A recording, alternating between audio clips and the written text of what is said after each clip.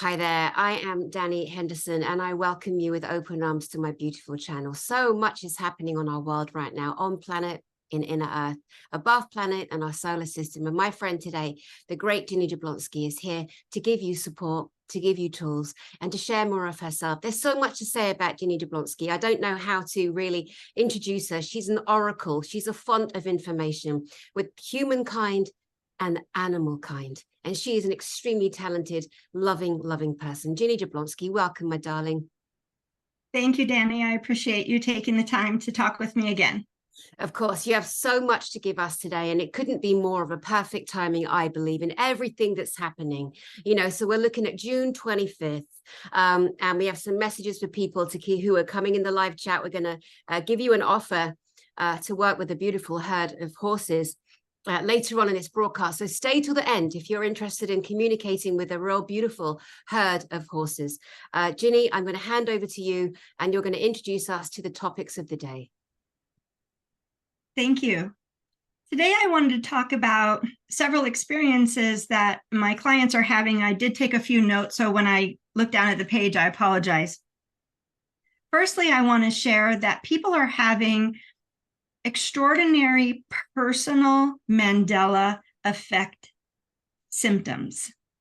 They are experiencing shifts in what they know as their reality, which from my perspective is an indication that their personal timelines, not the primary Earth timeline, but their personal timelines are merging. And I would like to share 3 stories that just came to my attention within the last 7 to 10 days.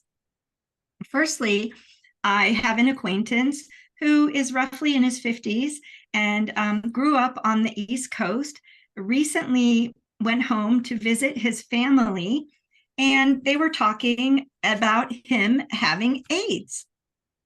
And he said, "Excuse me, hold the phone. I never had AIDS. What are you talking about?" And his mother and his brother said, "What do you mean you never had AIDS? We have the paperwork. We have letters from you." And the mother went and retrieved a letter he had sent when he was 19 years old, admitting his shame and embarrassment over having contracted AIDS. And this was a complete shock to him. He didn't understand what had happened. Danny, would you want to say anything about that? Just wow, the Mandela Effect, which is, can you just briefly, a synopsis of what the Mandela Effect is for those that may not have heard of it at this point? Well, I experienced it for myself some time ago, maybe 5 or 6 years ago. I saw Nelson Mandela on the news, and I said, wait a second, how can he be on the news? He's dead. I remember in my youth him dying. So people were experiencing this shift in reality. And there have been many other differences from our childhood, such as the spelling of a child's, the name of a child's book, cereal pictures, and the language on cereal boxes, the language on peanut butter. A peanut butter that was once Jiffy is now Jif for some of us in our memory. Some remember it as Jiffy. And so this is what people are calling the Mandela Effect, because the greatest number of people got together at that time, I'm assuming, and that is how the phrase was coined. So secondly, I visited Canada recently, and a friend of mine said that they had a very good friend, a lovely woman who lived with her mother, and very spiritual, very awake and aware people. And they had some neighbors move in who were very problematic. They had a young child who was very active, an athlete, and loved to play basketball. And they had installed a basketball hoop right next to the side of their house, where they had a number of beautiful windows. And the young man kept missing the backboard, and the basketball kept breaking windows many times. And they attempted to talk to the parents about it, and the parents were very difficult. It was a very uncomfortable situation. Now, the mother and daughter being relatively spiritual and aware, did everything they could, prayed and meditated and sent pig pillows of love and did everything they could. And just recently, last month, they had a knock at the door. The neighbor lady came over with a loaf of banana bread and said, "Hi, my name is, and I'm your new neighbor." And they were like, "What? You've lived here for 2 years." She came in, introduced herself as if it was the very first time she was meeting them. So that's another extraordinary. Isn't that amazing, Danny? That's wild. And that just goes to prove, and I've always believed this, you can fix everything with banana bread, Ginny Jablonski.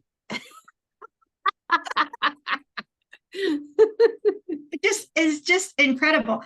And then another experience, actually, this one is mine, so I'll share it. It just happened the other day. I was just talking to a friend on the phone, and we were about to hang up, and I said, "Oh, I'm done for the day. I can't use my brain. I'm going to watch my favorite home improvement show of this particular person." And my friend said, "Oh, this is one of my favorite people too." And so I remarked about something that I knew about the person from my youth when they used to be on certain, I don't want to use names, but other people's television shows and being interviewed and contributing throughout many decades, 2 or 3 decades in the United States on television. And my friend said, "Wait a second, how can that be true? That is not the life this person led. This person married this other person." And I said, no, this person was married to the sweetest other person." And so we argued about it. And we didn't argue, but we were like, how can this be?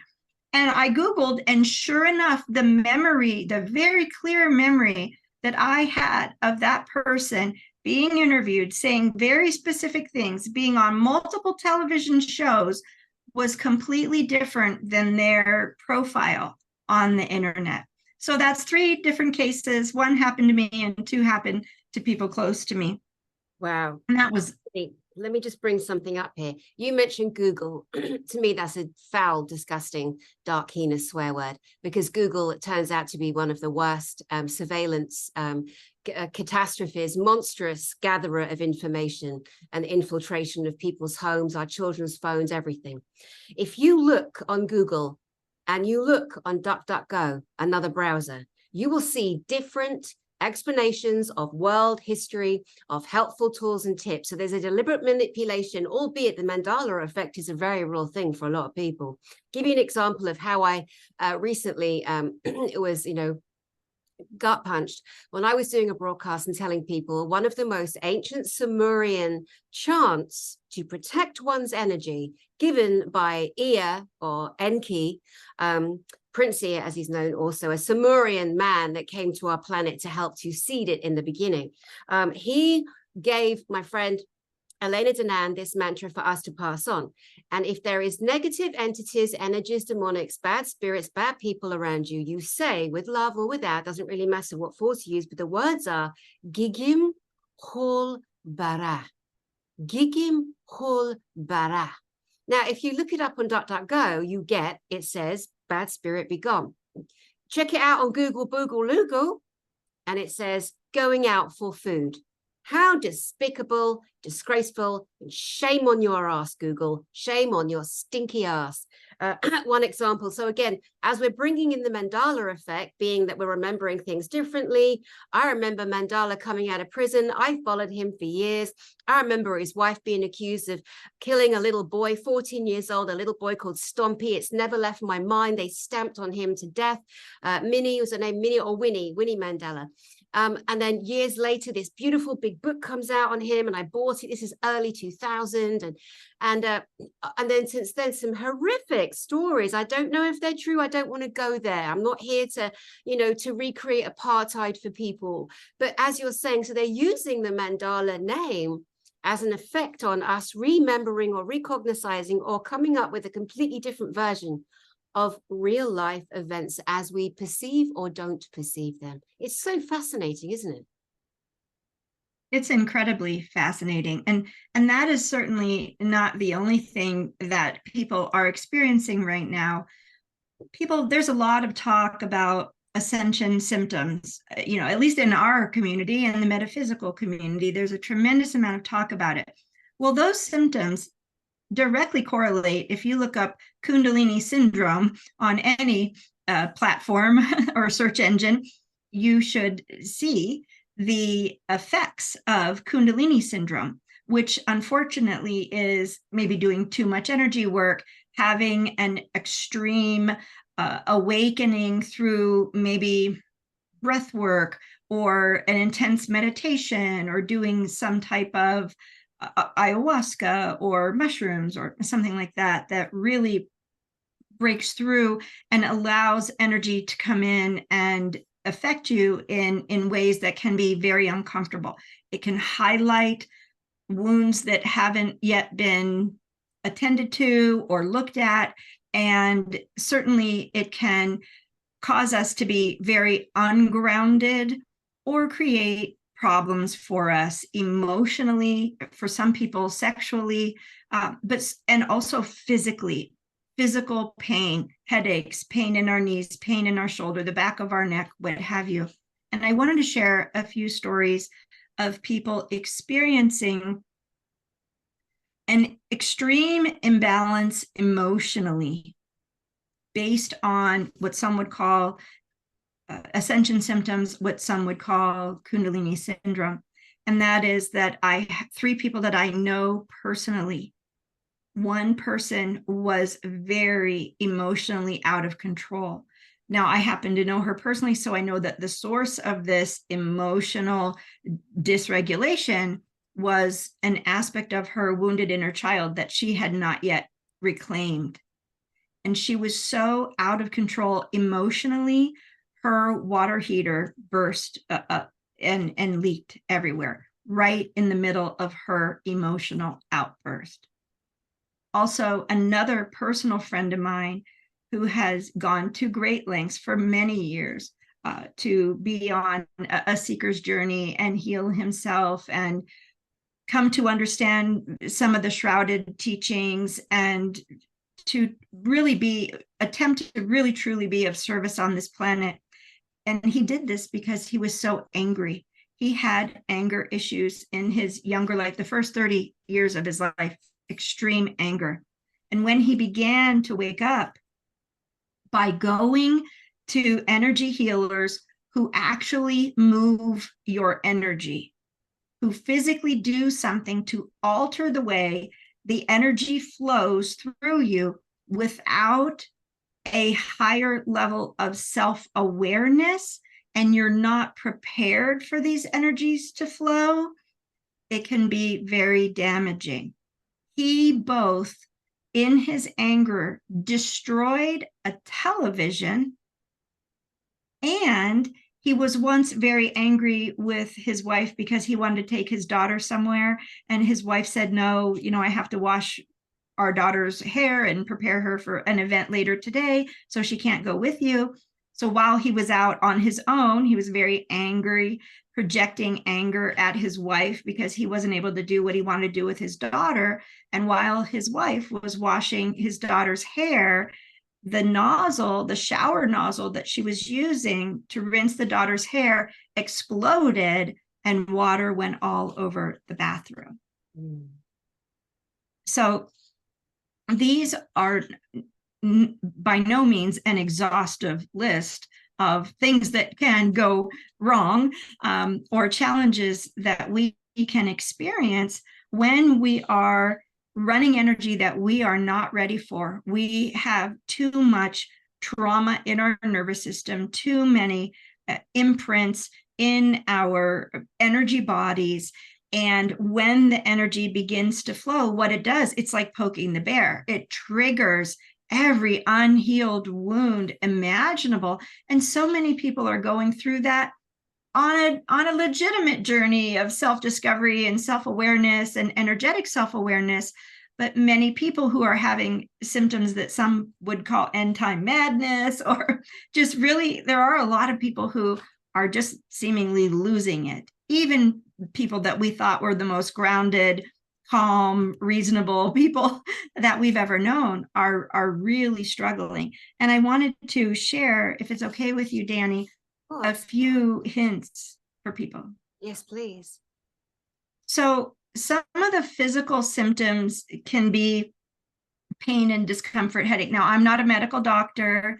I'm an energy worker and an intuitive. I see multidimensionally. I don't really talk publicly a lot about my abilities, but I did have multiple near-death experiences, including another one just a few months ago. And I perceive people multidimensionally as they stand in front of me. Every being that I know is either a golden being of light or a golden being of light with a lot of darkness in them, unresolved wounds in them. And I see multidimensional levels with movies running in the background that depict the unresolved issues of the soul. So past lives that have not yet been resolved, where there is judgment or there is unforgiveness. Some people would refer to that as karma. I'm not, and I know, Danny, you're not a wonderful fan of karma, but I do know that where we hold judgment, we can be at the effect of those lifetimes. And I do see and perceive that in other people. So what we're seeing is people having skin rashes, heart palpitations, headaches, pardon me for saying so, but digestive issues, top and bottom, right? Insomnia. And there are things that I think not everybody is being affected by, and certainly not every symptom can be mitigated just through energy work or self-awareness. Some of this, such as exhaustion and insomnia, it might be a thing for a while. It truly might. But please know that with a little bit of self-awareness and a lot of energetic awareness, we actually can mitigate some of these symptoms. Also, from a mental perspective, being angry, being irritable, emotional, seemingly all of a sudden this arrogance is just pouring forth and you don't know where it's coming from, because it's magnifying the wounds that we haven't tended to. The parts of us that are just aghast, the parts of us that are indignant that certain things happen to us and we haven't yet put out that fire within us. So these energies are really magnifying us emotionally and mentally. And we're saying things that we just wouldn't normally say. And it's not just, oh, I'm having a bad day, I'm a little tired, please forgive me. It's you say something that you really feel you normally would not say, and you say it in potentially a very aggressive way. So number one, what is, from my perspective and my experience, the number one reason these things are happening, and how can we mitigate these things, most of these things, to the greatest degree?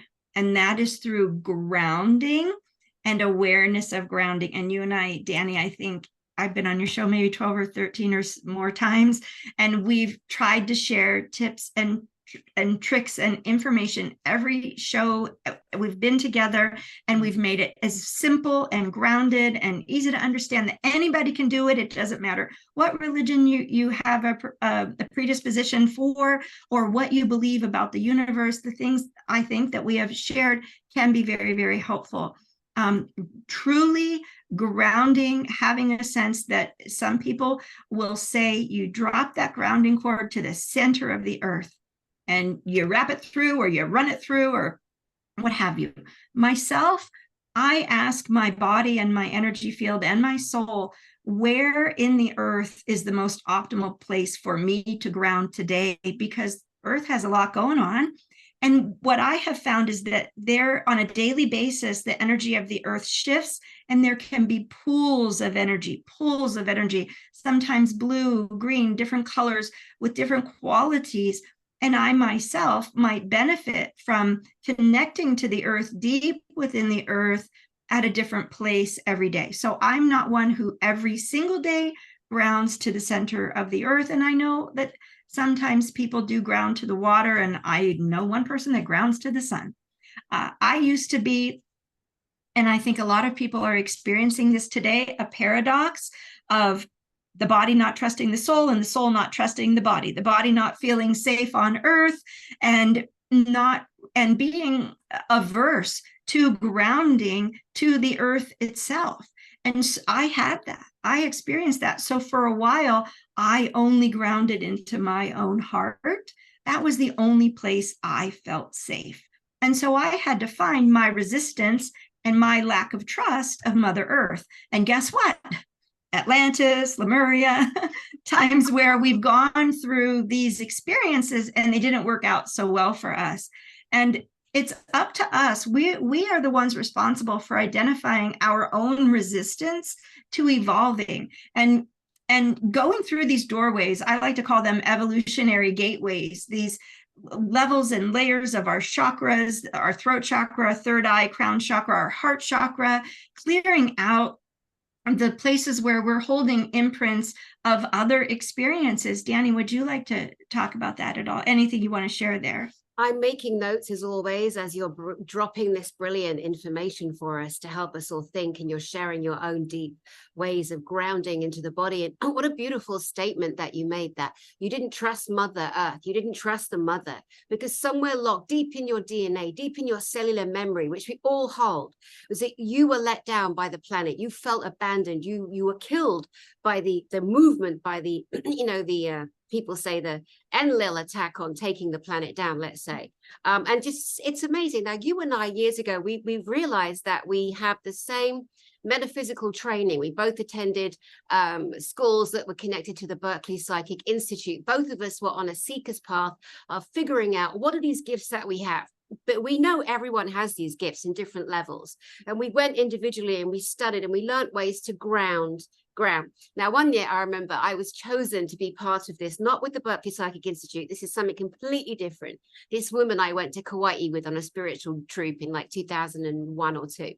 And I was selected to join this very exquisitely, massively exclusive, sacred circle. And my ego just loved that. I was like, oh, I'm very special. They see my genius, Oh my God, I went to this circle, sat in circle with these women, and it was, we were grounding energy, we were dropping all our trauma, and someone was like, I can't drop my trauma into Mother Earth because she's already going through so much.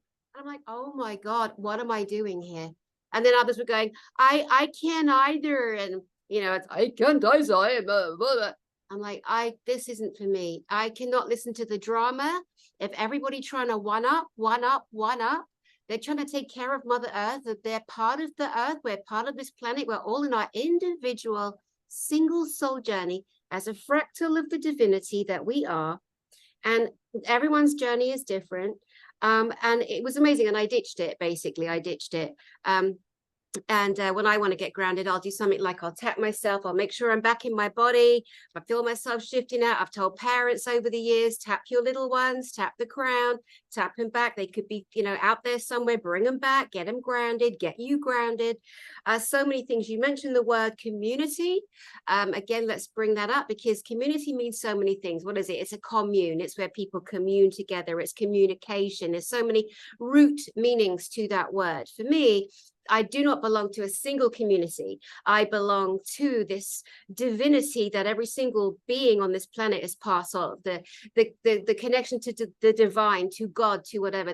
We're a fractal part of the source. And a lot of people are saying that phrase, and it really resonates with me. And so I choose that for me. It doesn't mean I'm part of a gang, a group, a cult, or this or that. No, it means that I'm enjoying this journey and I'm learning from people like you and so many other great people that come on this channel. What a gift. So community, commune to me. I'm not part of a community. I'm not part of a truth of community. I'm part of this beautiful awakening that every soul on this planet, good, bad, negative, positive, is going through on some level. You also mentioned the Kundalini. I have a really good tip. Really great tip that I learned from Dr. Chris Lamont, who was my teacher from the original Berkeley Psychic Institute school when he started his own school in San Diego, Solana Beach, San Diego. I've had Dr. Chris Lamont on this channel several times too. Now some guy's having some kind of horrific trauma. He's taken to hospital. He's overheating. They can't bring his temperature down. And a guy calls Chris out of desperation. Chris never answers his phone. He doesn't even have a flipping phone. But this is years ago this happened. He rarely was connected. He answered the phone, and the guy's screaming with his wife saying he's dying. They can't calm his down. He's overheating. And Chris said, make him imagine blue ice, blue freezing cold ice on the crown chakra, on the top of the head. Let him imagine that. And you know, that brought the man's temperature all the way down. You know, mind over matter. There's things that we can do with our mind, with our imagination. You know, if medicine's or this isn't working, that's not working. So many techniques that we have.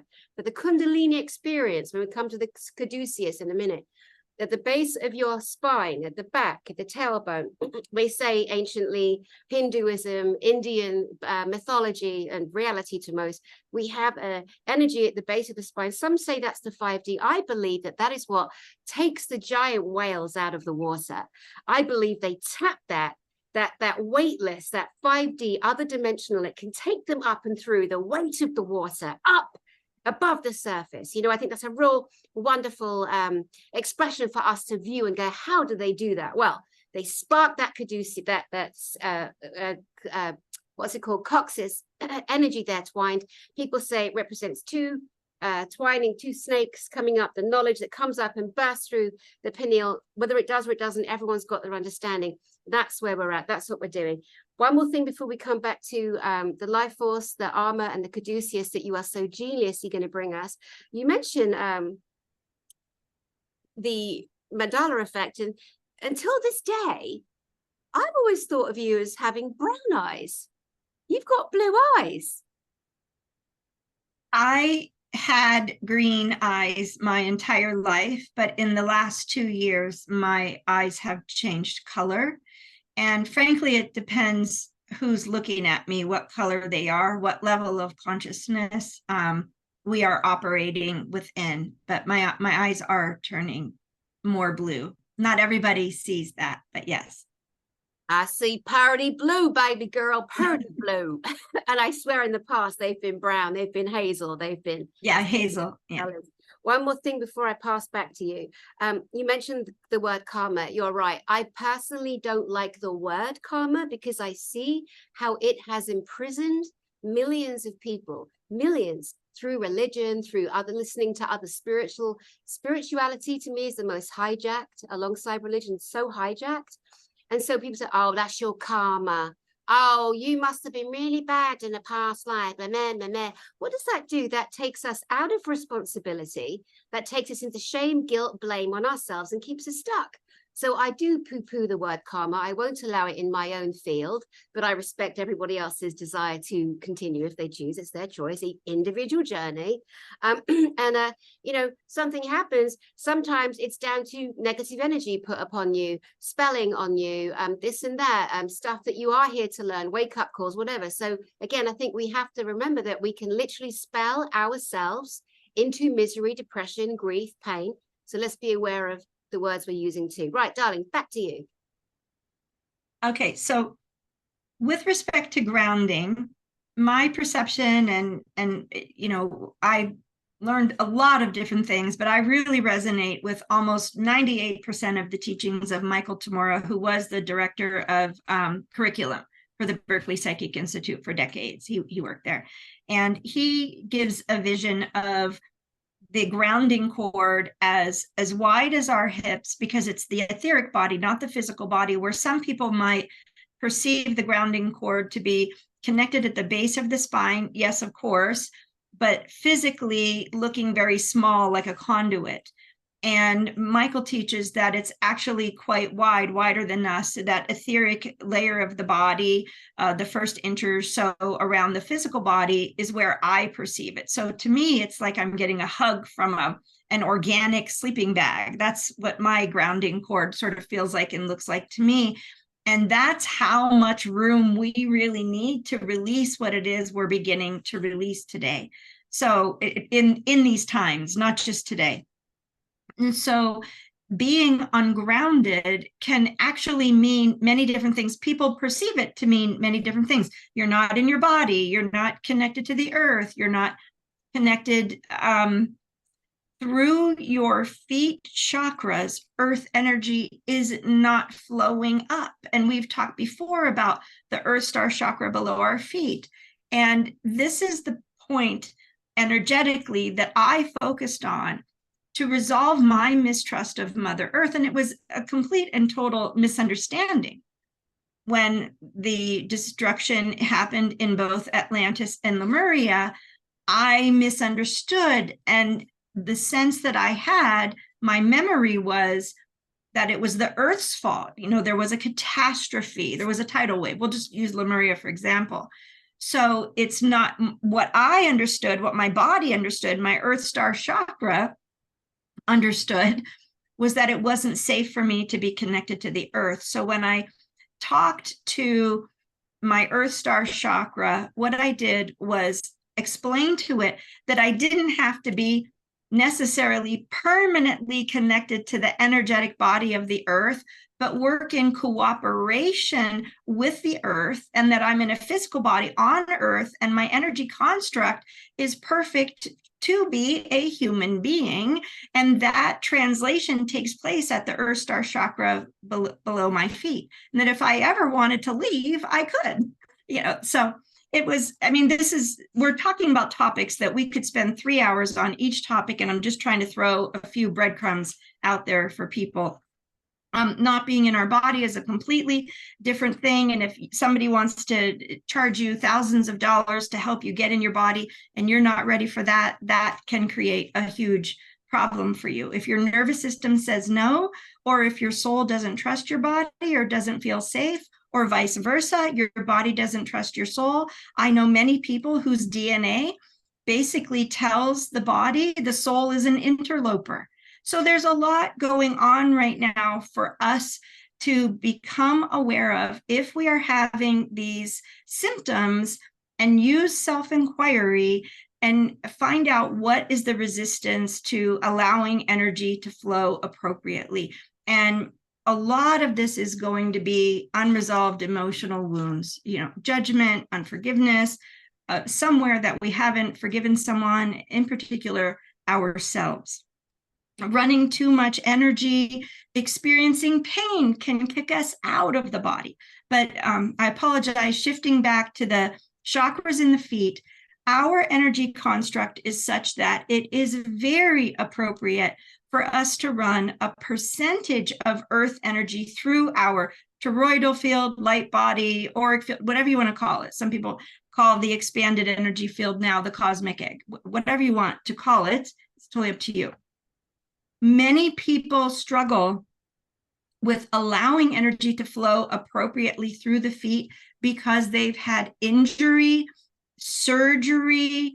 I had a giant can of tomatoes drop on my toe 15 years ago, and the energy in my body believed, my energy field, especially around my big toe, said it hurts to be in balance. So the energy would never flow there perfectly, allowing me to be fully grounded and present on the earth until I addressed that injury energetically. Physical injury has an energetic component. Being in a car crash, breaking your ankle, having any sort of surgery, and it doesn't matter how tiny, laparoscopic surgery, or, you know, where they open your whole leg up, we can potentially have issues grounding. And most people have no sense of that. I've worked with people that consider themselves to be extraordinarily advanced, yet they are not energetically aware. They don't realize they're not in their body. They don't realize they're not running earth energy through their energy bodies. And this is something that I think is going to be required of all of us moving forward on the earth. So I hope that it helps a little bit. There are other things we can do, tapping. You talked about touching the body, tapping on the thymus, making sure our polarity is correct. We're aligned with true north, and we know magnetic north is shifting. There are a lot of things we can do. Number one, ask your higher self or your body or your energy field if there's any resistance. And are you able to clear the resistance? You can ask to integrate with a greater sense of grace and ease. If you know you've had injury to your feet, ask that those energy conduits, energy centers are repaired. These are tips that are just invaluable and can help a lot of people. Absolutely. So much to say here. Again, you and I are trying to do as many drops as we can for people to gain tools to help themselves individually on this journey. So we are bringing a lot of information all at once, so people maybe take notes or move along if it doesn't suit you. It's fine either way. You mentioned magnetic north. Now we know, a collection around the world who have come to understand this information, that the true north, the magnetism, the original north has been shifted. The planet is shifted. It's also been manipulated, meaning you buy a new phone in this day and age, guess what? The compass on that, most likely, according to people who've studied this area quite intensely, will not be set at genuine true north. It will not. If you get your granddad's or your grandma's old, oh my God, what is it called? What is the gadget called? That Northeast compass, that's it. It just escaped me for a moment there. If you gather an ancient, still working, old compass, you will then see that true north on your original mechanical compass, the handheld old-fashioned compass.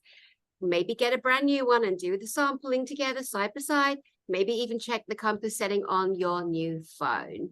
You will find they are all different. So just like we have been put off kilter where our true north is, we've also been harmonically affected and interfered with. Our body should resonate with the harmonic frequency of 432 hertz, but we have been manipulated through music, especially to 440, to 440. It's like we don't stand a bloody chance against all the manipulations, couple that with, I mean, of course we do, the intentions for the dark arseholes that run our planet or did run our planet, who are now being moved off. This is part of their, to encage us, to imprison us. Plus, they're running us backwards.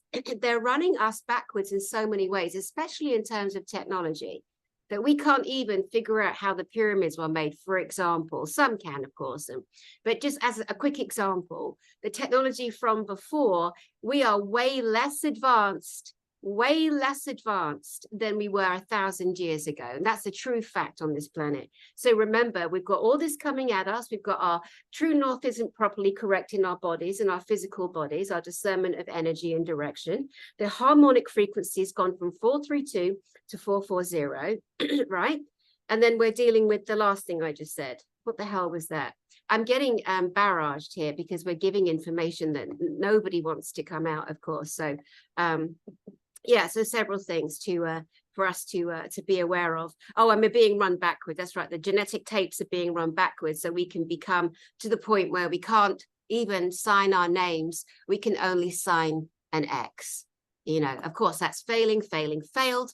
But the more we talk about what's been happening, not to get angry or rageful, but then we are equipped with treasures that we can choose to use or not. Right, Ginny? Right. And what's happening in our evolution is we are expanding beyond the 5 physical senses. We are becoming what used to be a real problem for people to label themselves as highly sensitive or empathic. Many of us, and Danny, you said it earlier, we all have these abilities, but many of us are opening to these abilities and don't understand, and we're trying to correlate what we're feeling into the old paradigm of the 5 physical senses. And that, from my perspective, is one of the reasons why we're having such a difficult time. The mental body used to run the show, and we are switching into a time where the soul and our infinite wisdom is going to manage the nervous system. I know a lot of people, mind-body people, want to say it's the heart, but actually, from my perspective, it's our soul. We are embodying our soul. And when we do that, then the third strand, potentially other strands of DNA begin to come online. That has been my experience. That has been what I'm witnessing with other people. So if you don't resonate with that's perfectly fine, but that's my experience. So one of the things also, Danny, that you and I have talked about before, a tip that was taught through the Berkeley Psychics Institute is the Golden Sun exercise. And the Golden Sun exercise, I think you've done this 3 or 4 times on your show, but I would like to share it in a different context. Please. And that is that you can perceive a golden sun above your head. And I think, Danny, you've done this a few times, calling back your energy to you, right? You've done that. What I would like to suggest for people now is what is happening. Some of the pain we're feeling, some of the emotional distress we're feeling is other people's pain. It's other people's anger. It's other people's projections. I had for many, many, many years, extraordinary pain in my lumbar spine. And I was so beyond, I'm not going to take drugs or medication anymore for any pain. And I was just beyond unable to sit up. All I could do was lie down recently.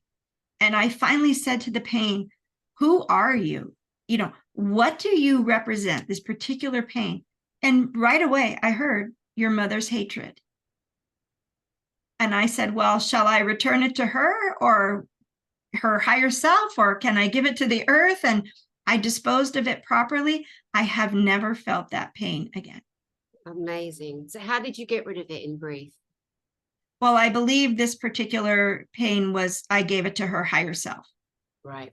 I returned it, and it had just been projected on me. I was an unwanted birth and wanted I'm so unfortunate that she didn't give me up for adoption, although here I am today having a conversation with you. So, sometimes we're able to just return stuff that isn't ours to give it to the earth. A lot of times I am guided to give it to the person's higher self.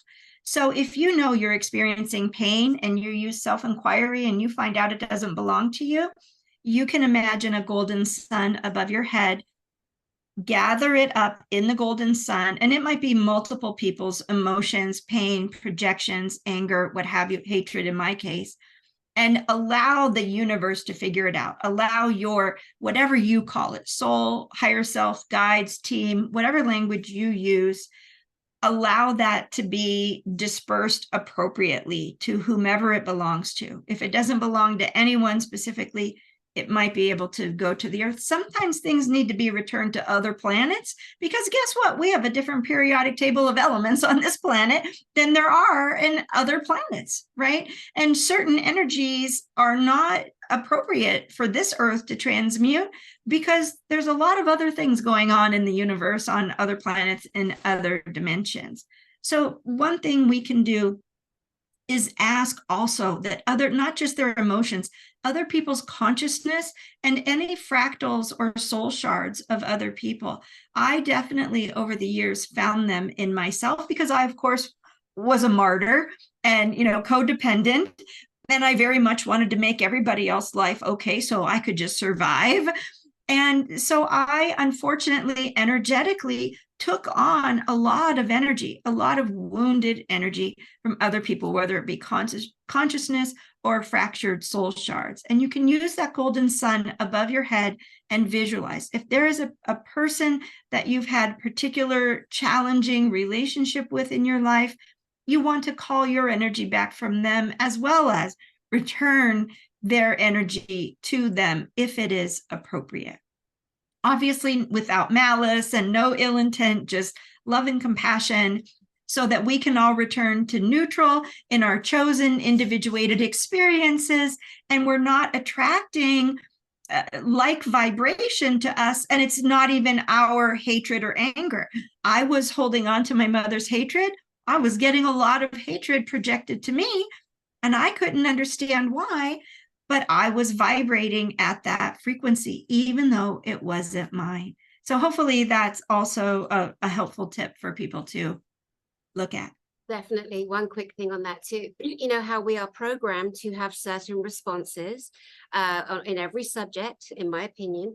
And one of them is like, you know, when two girls would say, let's you and I come together and we go, bloody hell, that bloody, you know, Jennifer over there is saying this and saying that. And then we could say to each other ignorantly, in my opinion, but because it's a programmed response, we could say, yeah, she's really low vibe.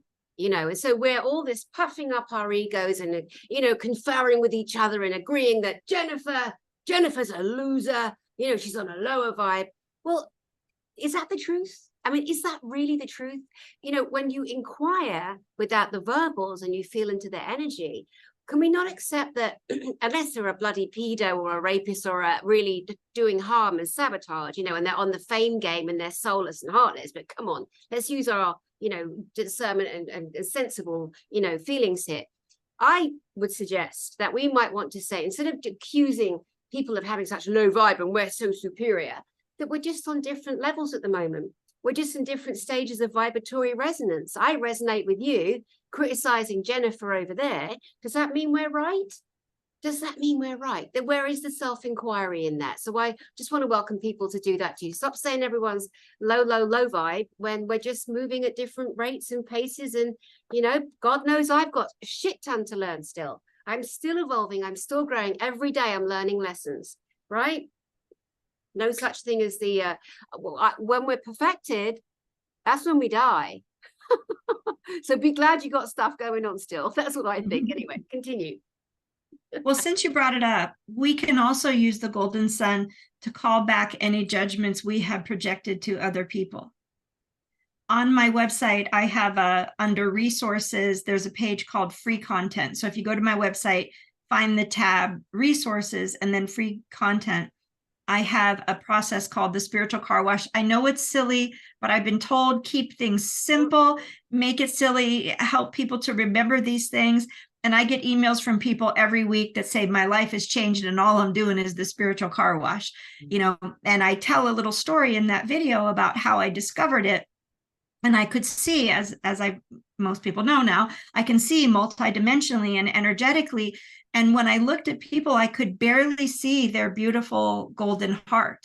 And they were covered with like burnt molasses. And it was everybody. It was even spiritual people. It was definitely spiritual people.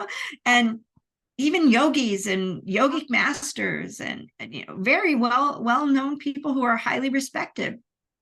And I asked my soul, you know, what is this? And my soul responded, well, that's everybody else's opinions and projections and what they thought of the person and if they were wearing the wrong clothes or, you know, saying that they didn't have any potential or what have you. And I really ignorantly, innocently said, well, do I have that? And my soul's like, you think?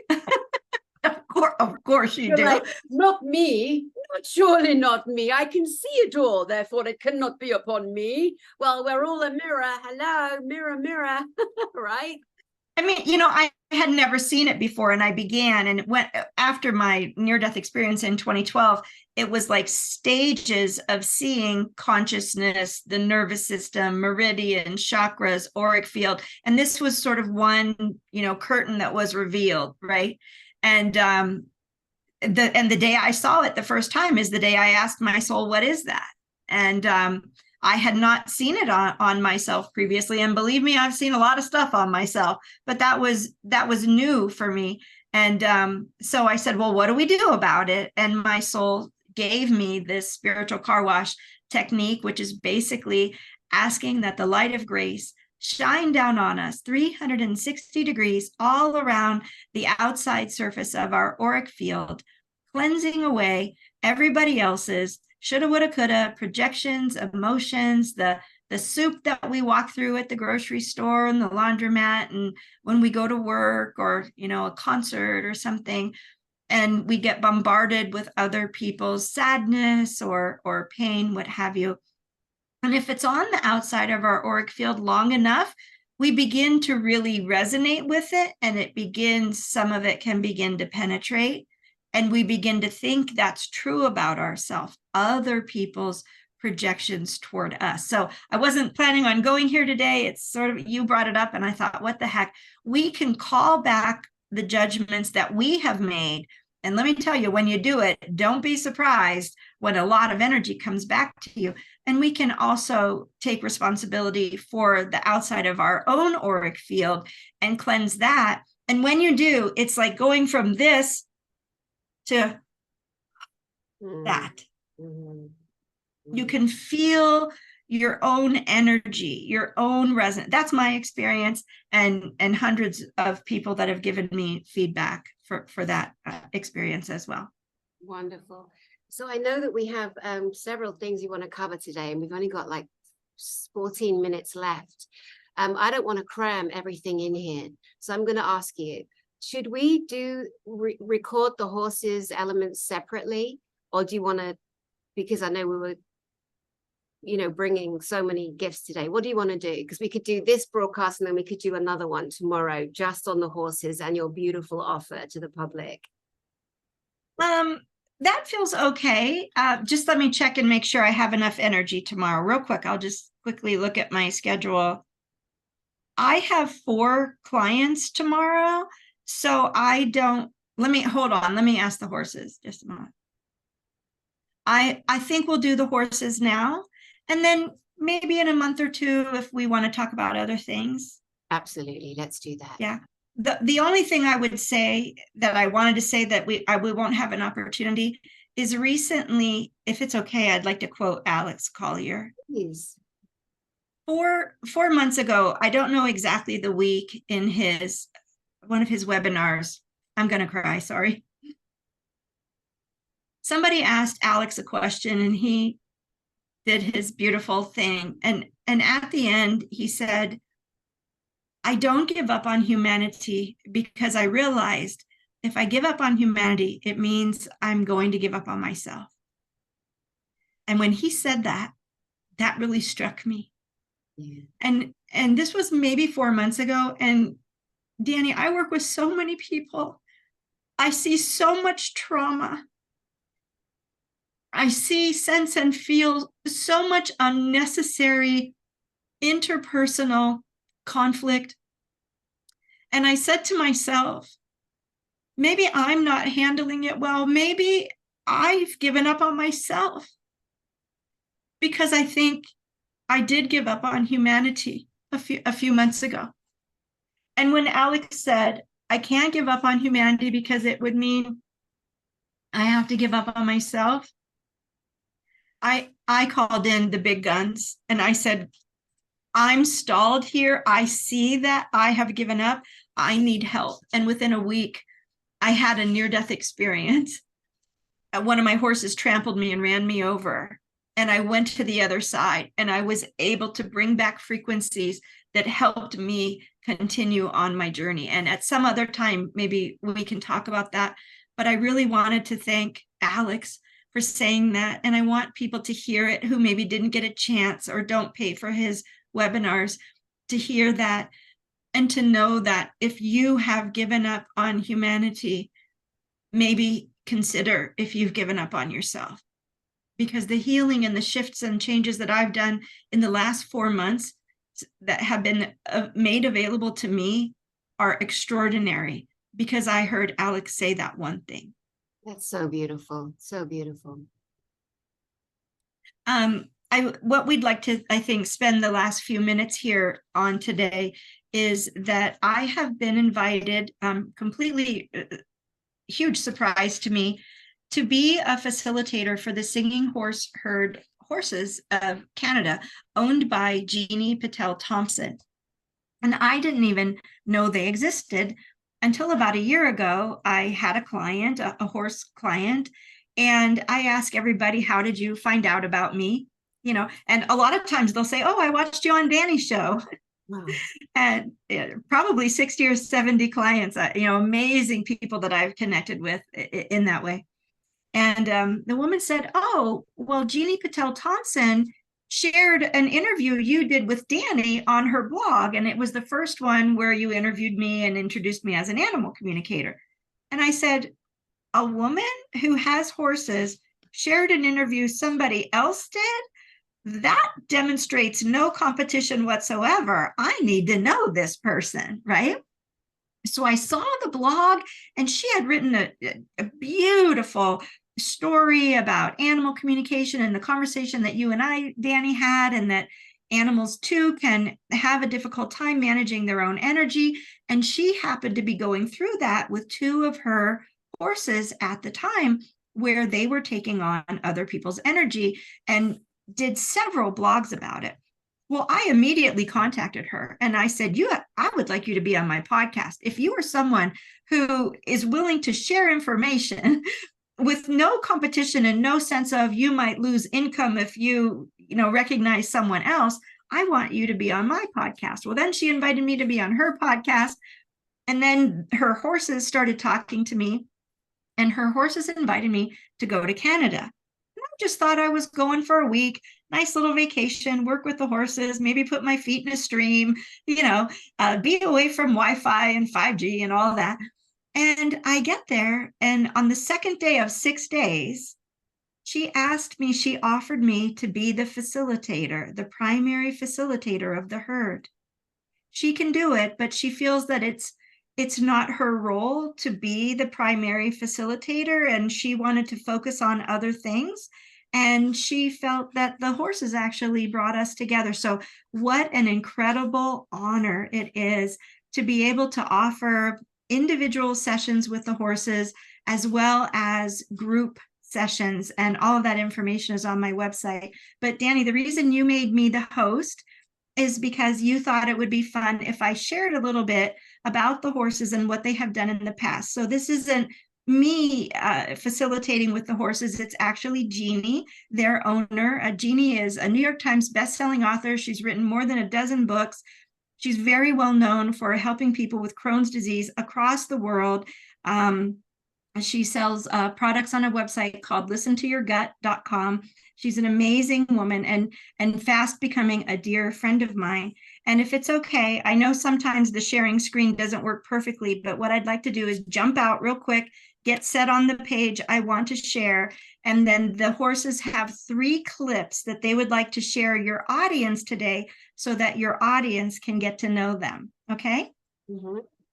Alrighty, so I'm going to find which page, firstly, that I want to make sure I'm set to. And the horses told me which one to do first.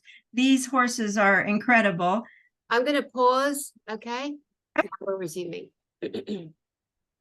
Alrighty, Danny, if you could help me, please let me know if you can hear them talking on the video. So this is the first little clip that the horses wanted me to use to introduce their work to your audience. And here we go.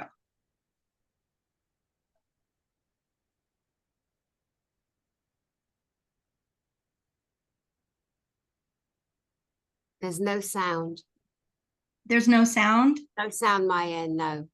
Oh, goodness. Do you want to pause again real quick? Yes.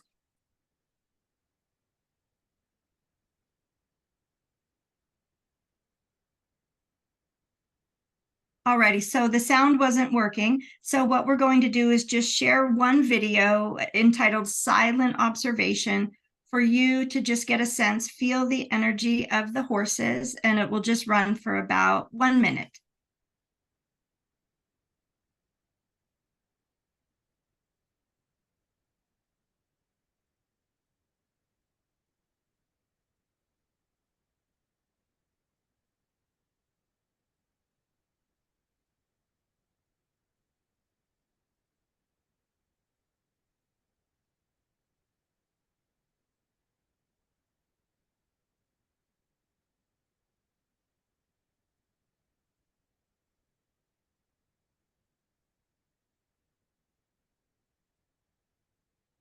Alrighty, I know that Danny, your people that watch your show are very energetically sensitive, and I'm sure that they got a sense of the energy and the power of the horses.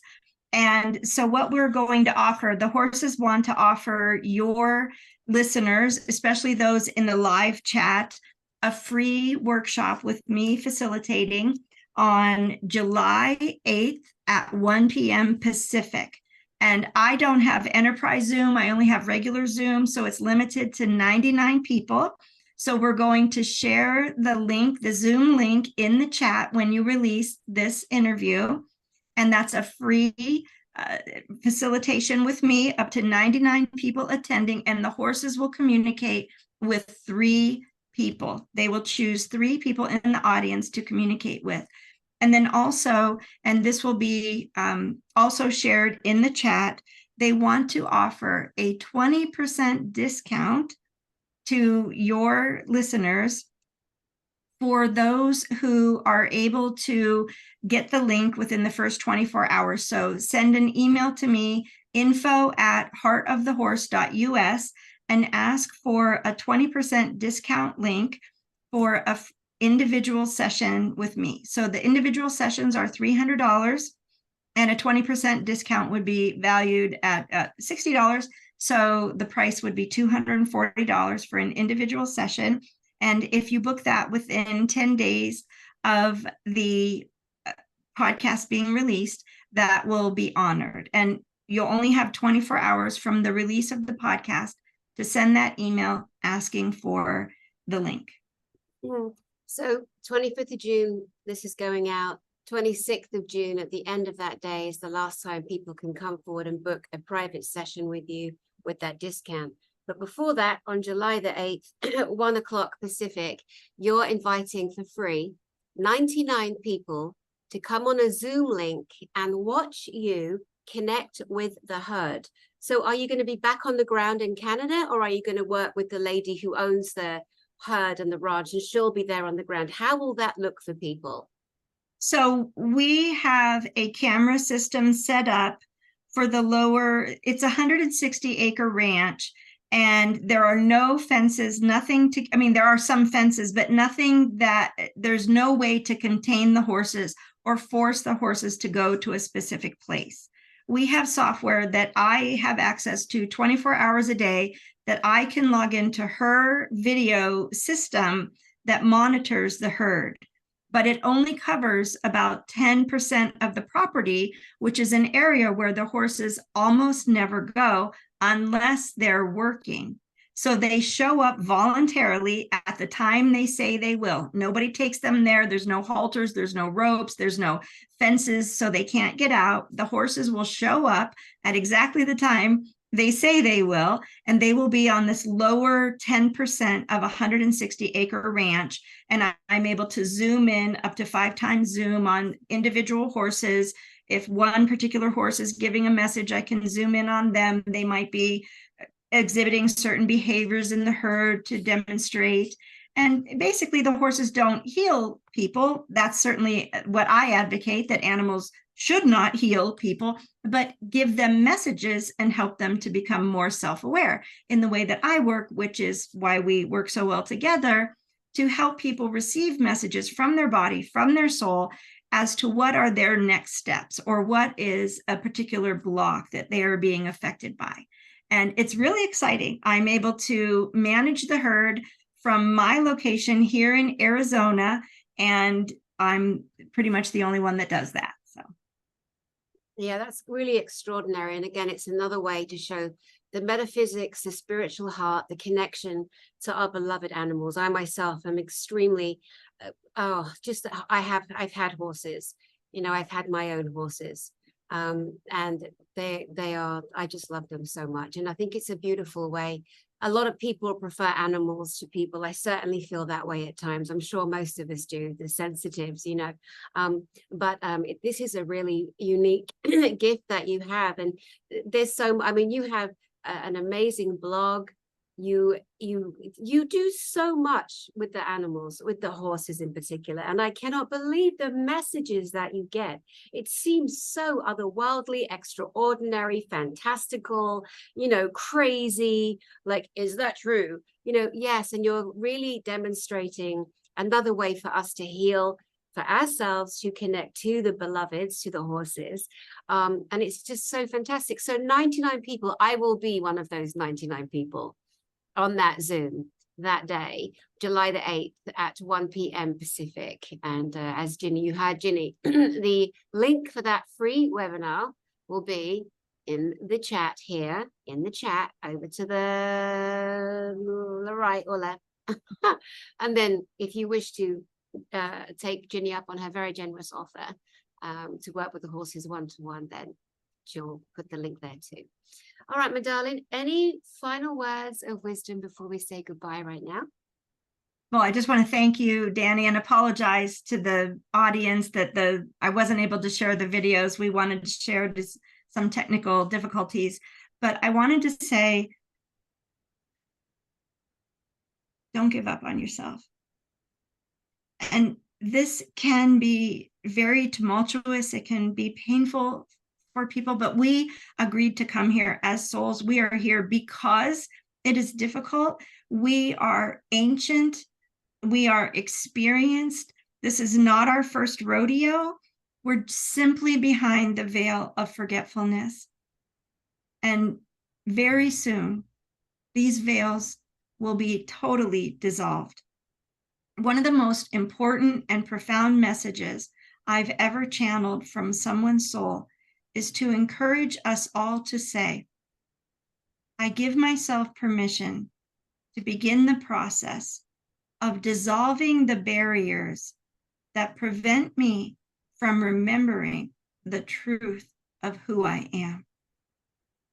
And who we are, who you are, who I am, is an infinite being of light from other dimensions, here because we love humanity, and we are not going to give up on humanity.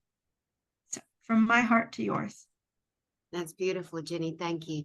And I want to say to people, I know that a lot of your hearts are broken, illusions are shattered. You're finding out more and more how many people have lied, how many groups, how many individuals have lied and pretended to be something they are not. And it is devastating. And there's also a come to self moment where we have to go, oh my God, I fell for that. I've fallen for it. I've followed people. I thought they were great. They've been in my close circle and they were fake and they were wrong and they were leading people down a wrong road, away from truth, away from the truth of our planet and our solar system. So as we come to find, and the expose of these people is coming to the fore, I say to those people, the fake people, the liars, the cheaters, the disinfo people, you know, you came to the planet to show up as yourself. You know, stop trying to be the king of the universe. Stop trying to be the galactic queen of the heavens. You came to this planet to show up as yourself, to enjoy the fractal part of you. So forget the characters, forget the masks, forget how many fleets you command. Just be in love with yourself, heal your own stuff, and stand in the light of who you be and beam that, you know. Stop trying to go for other people's roles that are already fully established and just recognize we're all here to heal, all of us. There's no exceptions. I truly believe that. Ginny Jablonski, it's always an honor to have you on my channel. Honestly, and my channel is for people like you. I always say that, mi casa su casa, my channel, your channel. You know, I think if we have channels, we should share them with others who have messages. You guys out there, you've got big channels. Get Ginny Jablonski on your bloody channel. I don't understand why there's not more sharing going on. Share, you big share bear, care bear bunch. You know, share. Right? The Care Bears. Share. It's our time. Let's all hold hands and fly together through this beautiful healing. My name is Danny Henderson. I do send you my love, and I will see you all soon.